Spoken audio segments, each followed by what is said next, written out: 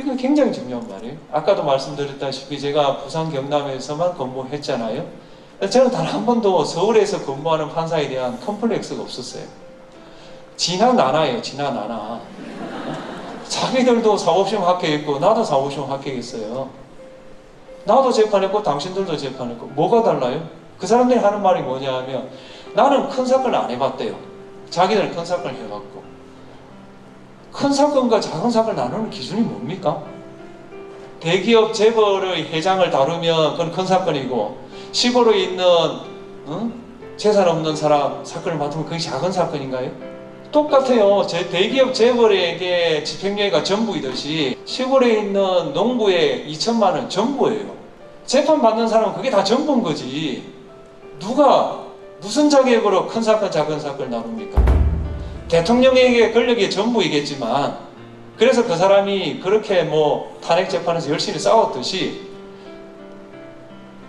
이름 없는 힘없는 시민에게 2천만 원은 전부인 겁니다. 그걸 왜 큰 사건으로 생각 못합니까? 나는 그게 웃기다고 생각해요.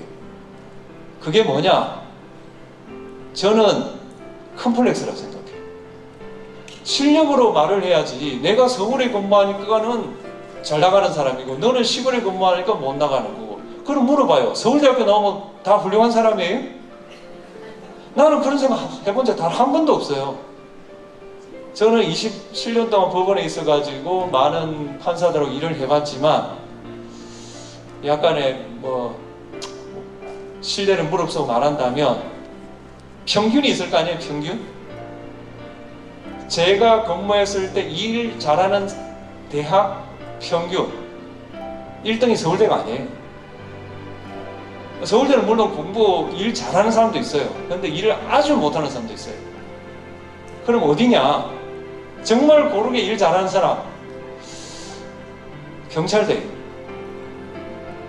경찰대 사람들이 평균적으로 일을 잘해요. 그래서 제가 어느 날 생각을 해봤어요. 왜 경찰대가 일을 잘할까? 그건 이거예요. 경찰대 사람들이 대체로 가정 형편이 어려워서 경찰대 간 분들이 많아요. 그러니까 아예 똑똑한 사람들이 그게 많아요. 1번. 두 번째, 경찰대에 사법시험이 되려면 어떤 사람들이냐? 낮에 경찰 업무 다 하고 밤에 공부해서 사법시험 된 사람이에요. 서울대는 하루 종일 공부하잖아요.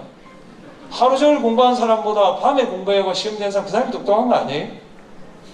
세 번째로, 서울대 출신들은 사회성에 대한 경험이 좀 부족하다고까지 말 안 했어요. 그래요. 그런데 경찰대는 어떠냐? 조직생활을 했잖아요. 조직생활을 한 사람들은 일을 어떻게 하는지를 알아요.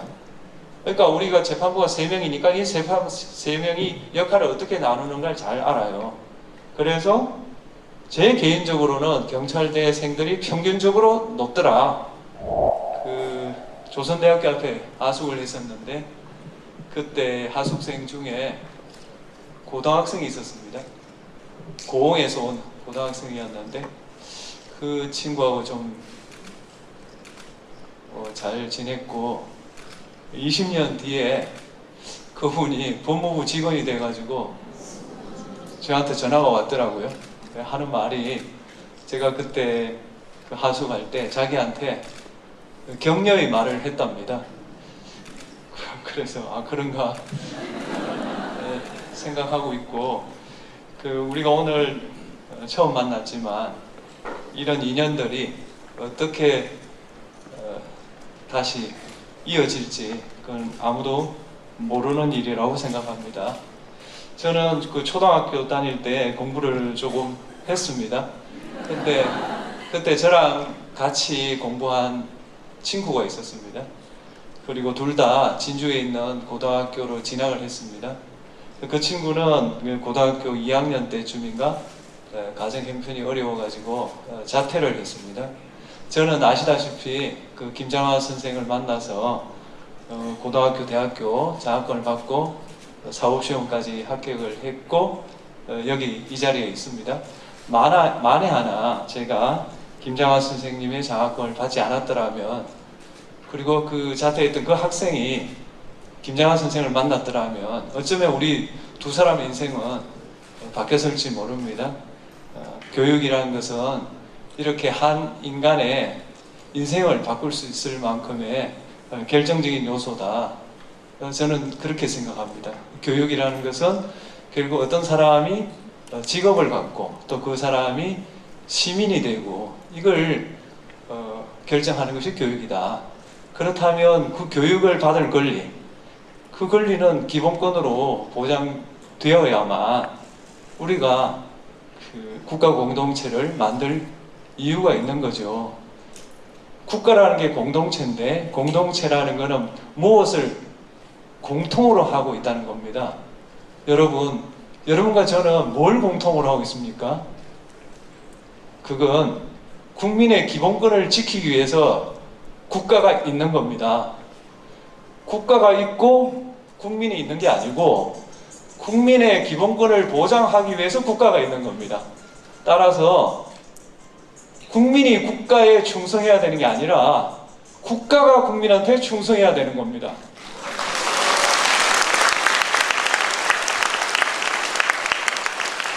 국가가 국민에게 충성하는 가장 쉽고 확실한 방법은 모든 이에게 교육의 기회를 주는 겁니다. 그래서 우리나라 헌법의 아버지들이 헌법을 만들면서 이 교육받을 권리를 굉장히 고심을 했습니다. 읽어보면 현재 헌법은 이렇게 되어 있습니다. 헌법 31조 1항 모든 국민은 능력에 따라 균등하게 교육받을 권리를 가진다. 그 다음 31조 2항은 모든 국민은 그 보호하는 자녀에게 적어도 초등교육과 법률이 정하는 교육을 받게 할 의무를 진다. 여기서 우리가 눈여겨봐야 될 것이 적어도 초등학교입니다. 이 적어도 초등학교라는 의무 교육을 헌법에 명시한 게 언제인지 아십니까?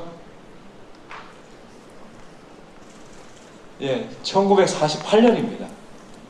지금이 아닙니다. 1948년 하루 때거리도 없던 그 시절에 국가는 적어도 국민에게 적어도 초등학교의 의무 교육을 실시해야 된다. 이렇게 헌법의 아버지들이 결단을 내린 겁니다. 이건 교육이 가지고 있는 힘을 그분들이 알았던 것이고, 그리고 의무 교육은 무상으로 한다. 이렇게 돼 있어요. 그러니까 의무 교육을 무상으로 국가가 시켜줘라 이겁니다. 그걸 헌법에 명시되어 있고, 그러므로 교육에 대해서는 어떤 정부가 민주주의 정부인가 권위주의 정부인가, 그건 교육을 대하는 국가의 태도를 보면 압니다. 무슨 말이냐? 국민에게 국가에 대한 충성을 강조하는 교육, 그 외를 가르치지 않는 교육, 그건 권위주의 정부입니다. 국가가 국민에게 기본권을 이야기하고 국가가 당신에게 뭘 해줘야 되겠냐 이렇게 묻는 교육, 그건 민주주의 정부입니다. 아주 쉽습니다. 헌법재판에서 본 교육을 간단하게 말씀드리겠습니다. 이건 뭐 그렇게 쉬운 내용도 아니고 살아가는데 꼭 알아야 되는 것도 아닙니다. 그렇지만 제가 온 이상은 헌법재판 몇 가지를 안 가르치면 제가 여기 설 명분이 없습니다. 네, 그래서 시험에는 나오지 않으니까 가볍게 들으시기 바랍니다. 91년도에 이런 사건이 헌법재판소에 들어왔습니다. 교육법에 보면 그 의무교육은 중등학교, 그러니까 초등학교는 당연하고요, 중학 3년의 중등교육을 받을 권리가 있다 이렇게 되어 있었습니다. 그런데 그 시행 시기는 대통령령이 정하는 바에 따른다 이렇게 되어 있는 거예요. 그러니까 그 어떤 사람이 헌법 소원을 냈고 아마 법원이 받아들였던 것 같아요. 그래 왔어요. 쟁점은 이겁니다. 아까 우리가 헌법에서 봤다시피 초등교육과 법률이 정하는 교육을 받게 할 의무가 있다 이렇게 되어 있잖아요. 그 법률에 의무교육을 정해야 될 거 아니에요. 그런데 이건 어떻게 되어 있냐면 의무교육은 중학교 3년이다 이래 놓고 시행시기는 대통령령으로 정한다 이렇게 하니 그 논란이 뭐냐 하면 이게 과연 그 의무교육을 법률에 정하도록 한 헌법을 제대로 지킨 건가? 이게 논란이 됐어요. 그래서 대체로 법정 의견은 그럴 수 있다. 중학교 3년의 의무교육인데 그 시행 시기만 대통령령에 위임한 거니까 그럴 수 있다라고 했었습니다. 이에 대해서 두 분이 반대 의견을 했죠. 첫 번째 변정수 재판관께서는 법률에 정하라고 했으면 법률에 어느 정도는 정하고 일부에 대해서 대통령령에 넘겨야지 이렇게 통째로 넘기는 게 어딨냐, 그런 이유를 댔었어요. 그 다음에 이시윤 재판관께서도 너무 포괄적으로 광범위하게 이렇게 대통령령에 넘기는 것은 위헌이다, 이런 의견을 제시했습니다. 이게 어떤 차이가 있냐, 이런 겁니다. 법률에는 아주 좋은 이야기를 해놨어요. 3년 의무교육을 시킨다, 무상교육을 시킨다, 이렇게 해놓고선 그 시행 시기는 대통령령으로 정한다, 이렇게 되면 어떻게 되냐, 대통령이 누구냐에 따라서 의무교육은 할 수도 있고 안 할 수도 있는 겁니다. 그렇지 않습니까? 대통령령만 정하지 않으면 의무교육을 안 하는 거 아니에요. 이건 헌법에 위반되는 거 아니냐라고 두 분의 재판관이 의견을 단 겁니다. 저는 개인적으로 이 두 분의 의견이 옳은 거 아닌가 생각합니다. 자, 국민의 대표는 두 기관이 있습니다. 첫 번째 기관은 대통령이고 두 번째 기관은 국회예요. 그런데 대통령은 그 대표 과정에서 한계가 있습니다. 어느 대통령도 한 50%밖에 대표하지 않아요. 적어도 선거 과정에서는. 그런데 국회는 어떻습니까? 적어도 90%의 국민을 대표하는 기관이 국회입니다. 그리고 국회에는 예를 들면 민주당도 있고 국민의힘도 있고 그리고 300명이라는 많은 숫자가 있습니다. 따라서 대화와 타협을 하기에 적합한 구조를 갖고 있어요, 국회는. 그에 비하면 대통령 한 명밖에 없어요. 따라서 중요한 사항은 국회가 정해야 되는 겁니다. 왜냐? 민주주의를 하기 위해 적합한 곳은 국회입니다. 그렇지 않습니까? 그래서 국회가 이런 중요한 문제에 대해서는 결단을 내려야 됩니다. 의무교육을 중학교 몇 학년까지 할 건가? 이게 얼마나 중요한 내용이에요? 이걸 왜 대통령한테 넘겨요? 저는 그렇게 생각합니다. 국회에서 우리 예산 사정이 이렇고 그 다음에 교육받을 권리의 성질은 이렇고 그러니 중학교 1학년은 2년 뒤까지, 중학교 2학년은 몇 년 뒤까지, 그 다음에 뭐는 몇 년 뒤까지. 왜 못 정합니까? 그걸 왜 대통령한테 넘겨요? 그래서 통합을 이루는데 당연히 대통령의 책무지만 저는 국회가 이 사회 통합을 이루는데 훨씬 더 적합한 구조를 갖고 있다. 따라서 우리가 다수당이니까 표결하면 되지. 이건 곤란하다. 최대한 설득하고 대안을 모색하고 그런 다음에 정말 이제 모든 일에는 시간이 있으니까 정말 참을 수 없는 시간, 그때 표결을 해야죠. 그러라고 국회가 있는 겁니다. 제 생각은 그렇습니다. 세 번째 사건은 자사고 사건입니다. 이 자사고는 그 당시 두 가지 문제가 있었습니다. 첫 번째는 전기학교에 따로 뽑았습니다. 그러니까 자사고를 먼저 뽑고 그다음 평준화를 뒤에 했죠. 이게 문제가 됐고, 두 번째 자사고를 그걸 못하게 했죠. 그 다음에 두 번째는 자사고에 들어가면 중복 지원을 금지를 했어요. 이에 대한 문제의 결정은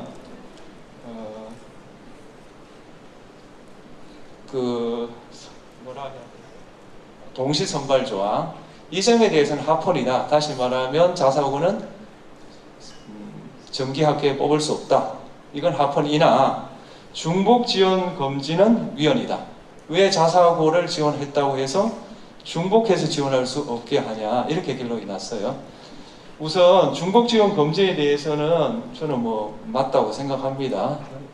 평준화 지역에서도 다 중복 지원을 하는데 자사고에 지원했다는 이유만으로 중복 지원을 못하게 하는 것은 그 교재에 나와 있다시피 많은 문제가 있다 이렇게 생각하고요. 문제는 그 자사고를 정기학교로 뽑지 못하게 하는 게 위헌이냐, 이 점에 대해서는 5명의 재판관은 위헌이라고 생각했어요. 4명의 재판관은 합헌이라고 생각했어요. 그래서 결국은 합헌이 된 건데 아마 이건 지금도 유지되고 있죠. 자사고 먼저 뽑을 수 없죠. 이게 저는 참 교육 철학의 문제인데 아마도 제가 알기로 과학고등학교는 따로 뽑는 걸로 알고 있습니다. 예. 과학고와 자사고가 같은가 다른가 이런 문제인데요.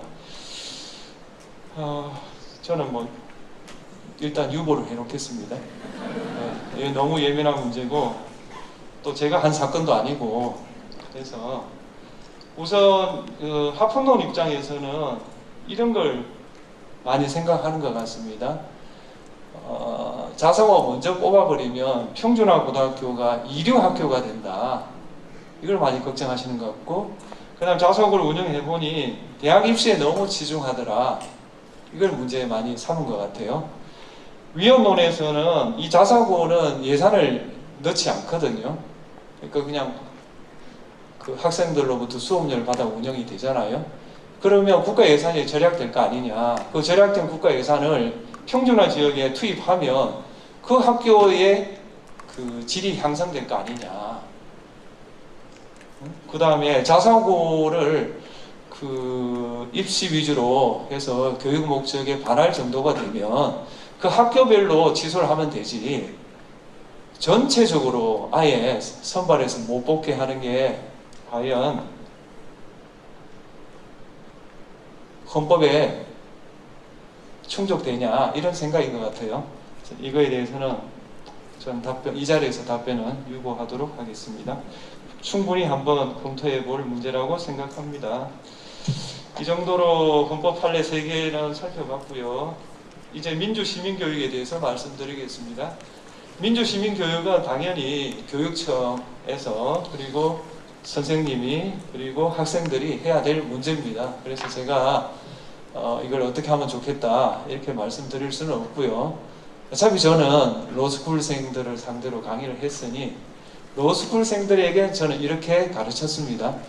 그걸 말씀드림으로써 그냥 하나의 참조를 했으면 좋겠다 그 생각입니다. 저는 로스쿨에서 제일 먼저 강조하는 게 왜 당신은 법률가가 되려고 하냐 이걸 많이 묻습니다. 그게 제일 중요한 겁니다. 그리고 이 질문은 로스쿨생 때도 해야 되고 변호사가 되고 나서도 해야 되고 그 다음에 10년이 지나서도 해야 됩니다. 이 질문을 계속 하는 사람은 좋은 법률가가 되고요. 한 번 딱 하고 안 한 법률가 치고 좋은 법률가 되는 사람을 본 적이 없습니다. 그렇게 중요하고 그러면 당연히 저한테 너는 왜 판사가 되었느냐 묻습니다. 그에 대한 답은 이렇습니다. 아시다시피 제가 이제 김장하 선생님으로부터 장학을 받았고 또 그분이 자기한테 갚지 말고 사회에 갚으라고 해가지고 제가 언젠가 사회에 갚아야 된다 이런 생각이 있었고요. 두 번째 사법연수원에 가서 제가 참 그 법률 공부 말고 다른 공부를 참 많이 했습니다. 일주일에 한 번 독서 모임을 해가지고 법 빼고 다 봤습니다. 법은 보지 않았습니다. 심지어 뭐 웃음을 참는 법 이런 것도 읽지 않았습니다. 그걸 매주 읽었다 그런 거고 그 다음에 그 당시에 노동야학 같은 게 있었어요. 노동야학 같은 데 가서 노동법 강좌도 했었고 그 다음에 노동법률 상담소에도 갔었고 뭐 그렇게 한 결과 나는 인권 변호사가 되겠다 이렇게 여러 사람한테 밝혔어요. 그랬더니 그러고 나서 이제 군대를 갔습니다. 36개월 마치고 이제 진로를 정해야 되잖아요. 그래서 인권 변호사를 하려고 보니 너무 벅찼어요. 감당하기 힘들었어요. 마치 제가 83학번인데 그 당시에 시위를 엄청 했어요. 선배들이 시위에 나가라고 권유를 해요. 그래서 제가 못 가겠다고 했어요. 왜냐하면 그 당시 시위는 대부분 불법이었어요. 그럼 뭐 잡힐 수 있을 테고, 그러면 사법시험을 못 치잖아요. 난 못 치겠다. 대신에 내 나름대로 이 사회를 위해서 기여하겠다. 이렇게 선배한테 말을 했어요. 그러고 저는 하여튼 시위는 안 했고, 사법연수원에 들어가서 그 서울에 가면 4.19 국립묘지가 있습니다. 그 국립묘지에 4.19 때 참배를 하러 갔어요.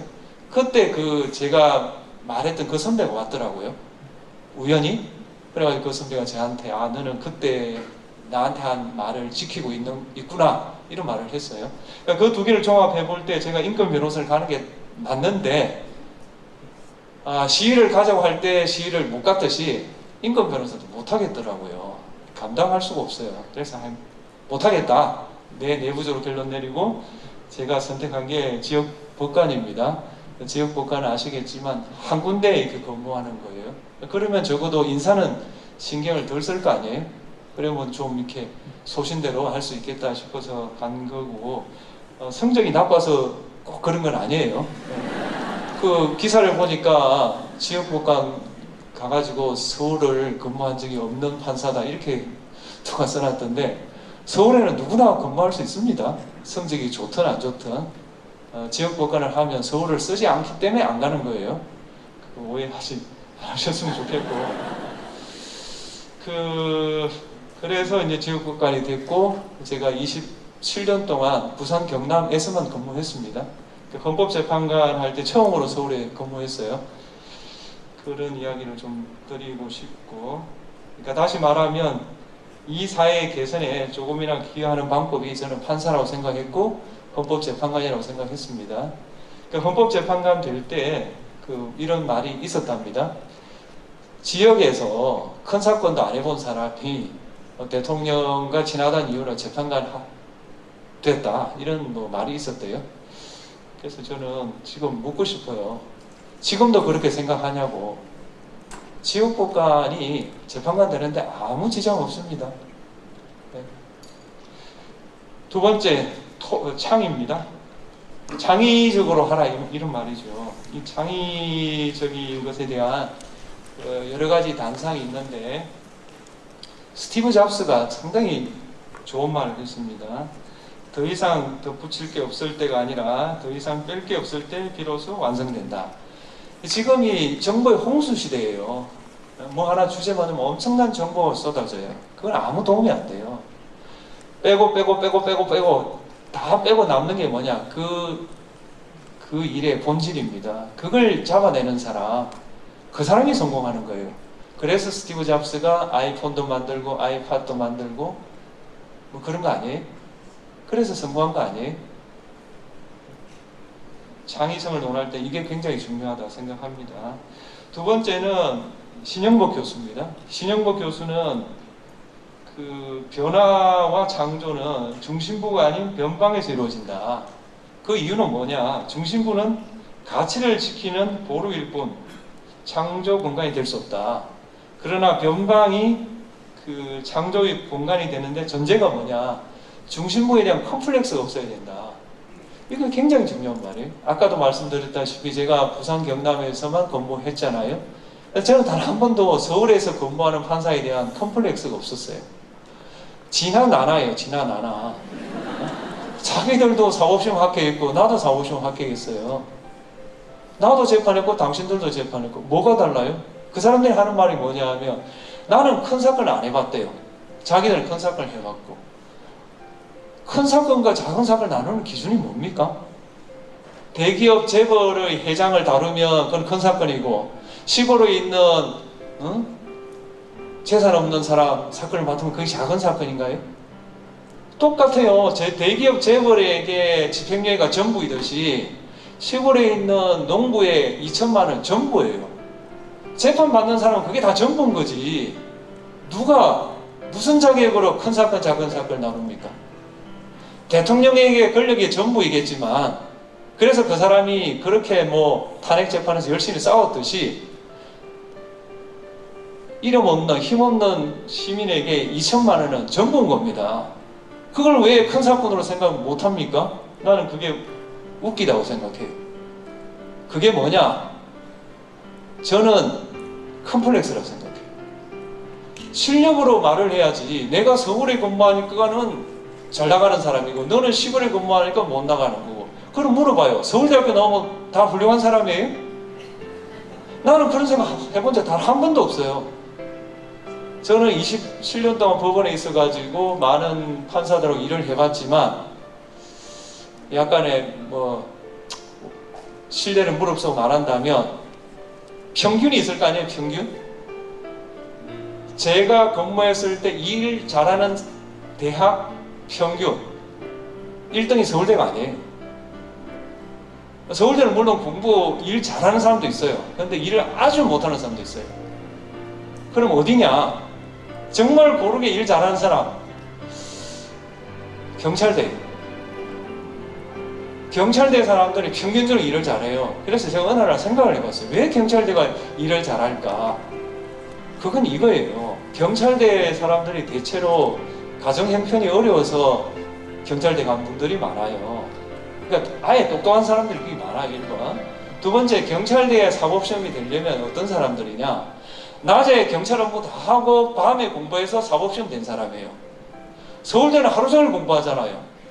하루 종일 공부한 사람보다 밤에 공부하고 시험 된 사람, 그 사람이 똑똑한 거 아니에요? 세 번째로, 서울대 출신들은 사회성에 대한 경험이 좀 부족하다고까지 말 안 했어요. 그래요. 그런데 경찰대는 어떠냐? 조직 생활을 했잖아요. 조직 생활을 한 사람들은 일을 어떻게 하는지를 알아요. 그러니까 우리가 재판부가 3명이니까 이 3명이 역할을 어떻게 나누는가를 잘 알아요. 그래서 제 개인적으로는 경찰대생들이 평균적으로 높더라. 그런 이야기입니다. 그 다음에 공자 말씀. 배우고 생각하지 않으면 미망에 빠지기 쉽고 생각하고 배우지 않으면 독단에 빠지기 쉽다. 이게 정말 좋은 말씀이에요. 배운다는 것은 남의 생각을 듣는다는 걸 말합니다. 생각한다는 건 자기의 생각을 이렇게 쌓는다는 걸 말해요. 우리 주변에 보면 남의 생각을 되게 많이 알아요. 근데 정작 자기 생각이 없는 사람이 있어요. 그 사람이 창의적일 수는 없어요. 두 번째로, 자기 생각은 엄청 많아요. 근데 도무지 남의 책을 보질 않아요. 그런 사람들이 대체로 말이 많아요. 근데 뭐 일을 시켜보면 제대로 하는 게 없어요. 아니에요. 그분 말하는 게 아니에요. 배우고 생각을 해야 돼요. 그래야 창의적이 됩니다.